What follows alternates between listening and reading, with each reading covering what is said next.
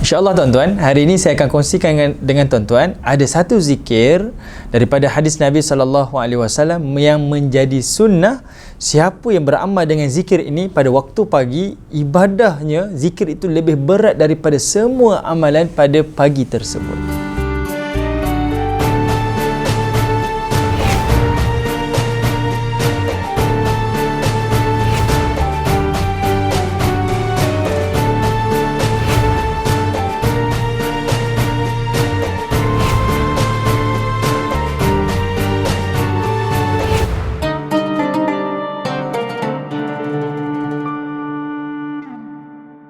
Tuan-tuan yang dirahmati oleh Allah, terima kasih bersama dengan saya. Masih lagi tetap untuk menonton slot satu hari satu sunnah ini.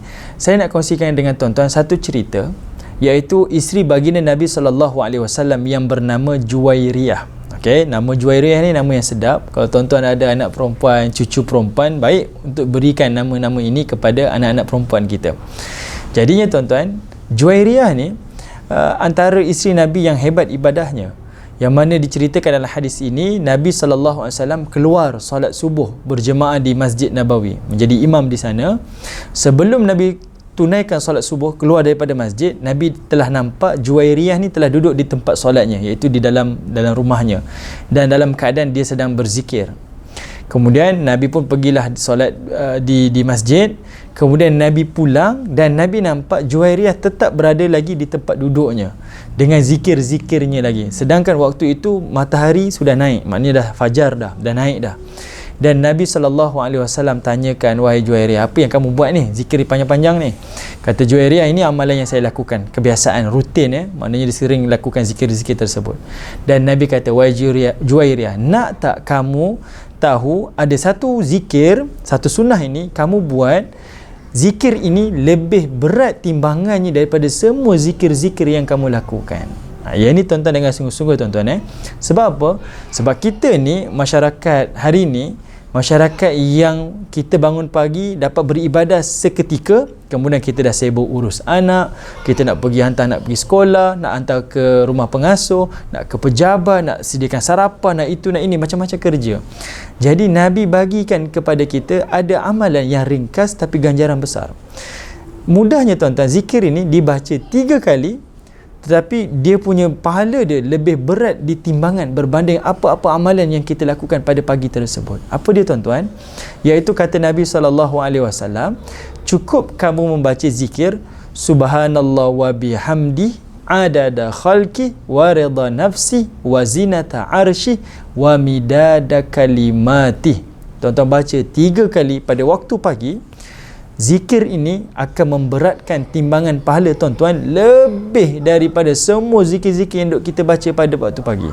Jadinya tuan-tuan, tidak ada alasan untuk kita kata saya tak sempat nak beribadah, saya tak sempat nak pergi itu, saya tak sempat nak buat ketaatan sekian-sekian. Sebab Nabi dah berikan kepada kita satu tips mudah, buat sekian ibadah, tuan-tuan akan dapat pahala yang besar di sisi Allah Subhanahu Wa Taala. Baik, satu lagi tuan-tuan, saya nak kongsi dengan tuan-tuan. Kalau tuan-tuan dah baca zikir subhanallah wa bihamdi adada khalqi wa rida nafsi wa zinata arshi wa midada kalimati, 3 kali ni pahala yang besar. Tuan-tuan jangan lupa juga baca zikir bismillahilladzi la yadurru ma'asmihi syai'un fil ardi wala fis sama' wa huwas samiul alim. Tuan-tuan baca 3 kali juga. Saya percaya tuan-tuan hafal zikir ini. Tuan-tuan baca pada waktu pagi. Kata Nabi SAW, Allah Ta'ala akan hindarkan kita daripada apa-apa malapetaka pada hari tersebut sampailah kepada waktu petang. Maknanya kita ni takut tuan-tuan. Ada orang kan kata, ada si Fulan ni, dia ni orang yang bawa malang, si Fulan ni dia ni bawa bala, si Fulan ni tak ada tuah, sekian. Asal dia ada yang mesti benda-benda yang tak baik berlaku.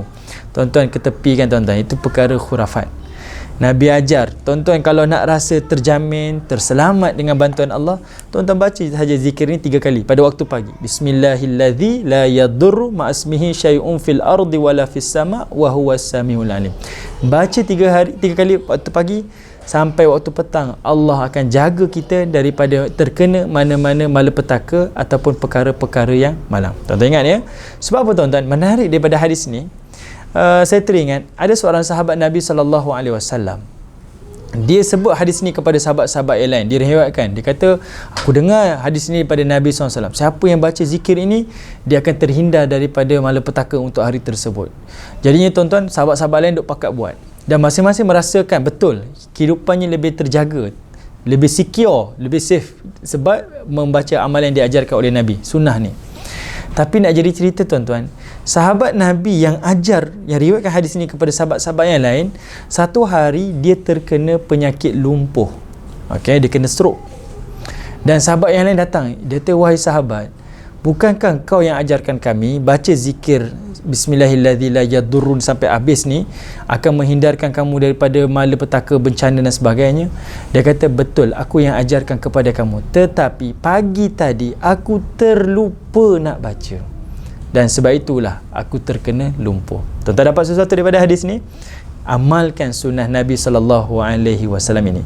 Tuan-tuan percayalah, tuan-tuan akan selamat, dan tidak ada jaminan keselamatan melainkan semuanya daripada Allah Ta'ala. Apapun tuan-tuan, terus bersama dengan saya di dalam solat satu hari satu sunnah. Assalamualaikum warahmatullahi wabarakatuh.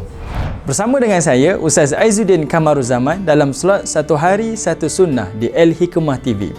Jangan lupa untuk terus subscribe di YouTube channel Al-Hikmah TV untuk dapatkan informasi-informasi menarik berkaitan tentang sunnah-sunnah Nabi SAW yang boleh kita lakukan dalam kehidupan seharian kita, insya-Allah.